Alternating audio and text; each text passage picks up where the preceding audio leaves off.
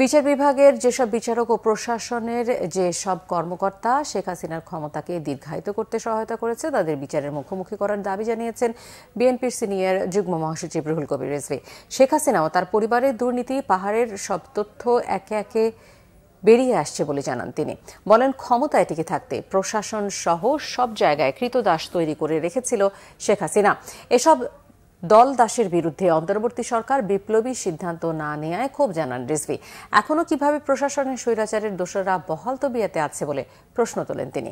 অভিযোগ করেন, ভারতের কাছে বিক্রি হয়ে গিয়ে শেখ হাসিনা বাংলাদেশের স্বার্থ বিরোধী চুক্তি করেছে।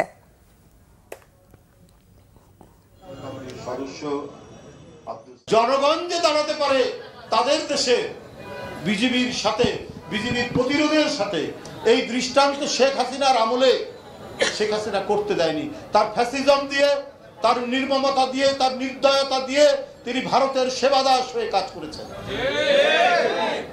উনি একটা কথা বলতেন যে নিজের দলের লোকদেরকে বলেছেন যে আমার দলের লোকের অনেককে কেনা যায়, শেখ হাসিনাকে কেনা যায় না।